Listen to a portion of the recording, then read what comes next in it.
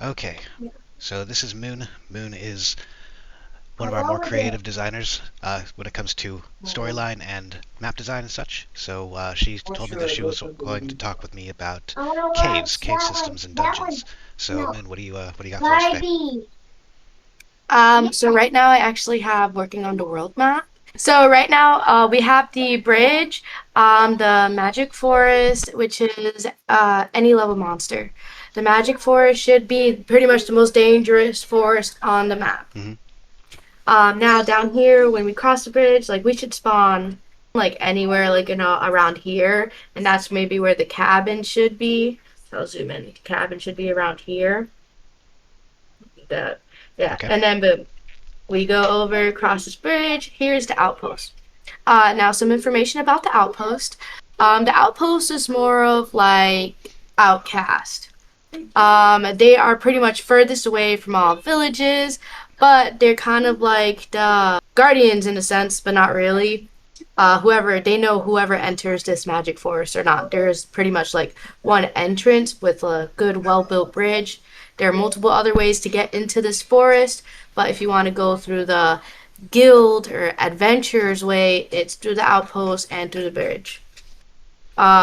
So this should be where more rare ingredients are, where uh, super like high level monsters are.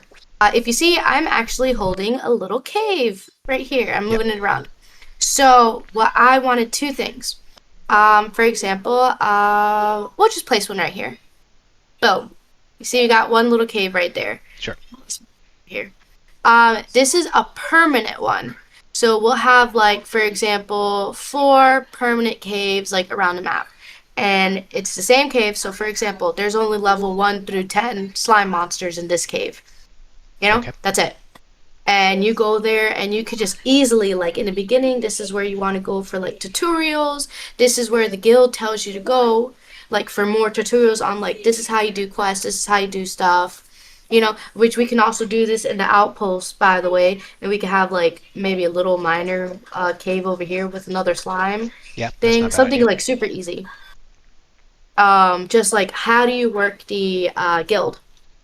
Now, we would then, which is something I really want, is the bigger dungeons, which I think we should do like 4 dungeons that spawn randomly. They have 4 different dungeon themes, and the level kind of like randomizes, and the monsters kind of randomize. Yeah. So these caves, are you talking? You said that they were just going to be generated. Are you talking about procedurally generated caves with procedurally generated level enemies and just a bunch of random stuff that all like it'll make sense as you progress through the cave at whatever level it is. But is that what we're talking about here? Is procedurally generated, randomly placed, and randomly spawned level making sense caves and dungeons? Possibly, possibly. For example, when we enter this cave that randomly spawned, we enter it. Everything else automatically disappears. We're no longer a part of the world, and we're in that room. So if it's a dungeon, it's like, for example, a long hallway. We're going down into the hallway. We had to like load into the dungeon. Now, how to leave a dungeon? What do you think of like having return stones, or you could just walk out the dungeon to leave?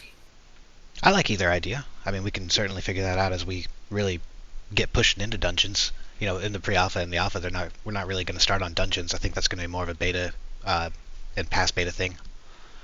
Oh yeah, yeah, yeah. No, definitely. Yeah. Well, I wanted to talk about the idea for the dungeons and the possibility of procedurally generated stuff within the game and level dependent stuff. So yeah. I got you. Um, Is there any other questions you have? uh, Not this time. We can certainly make a video about some other ones later on.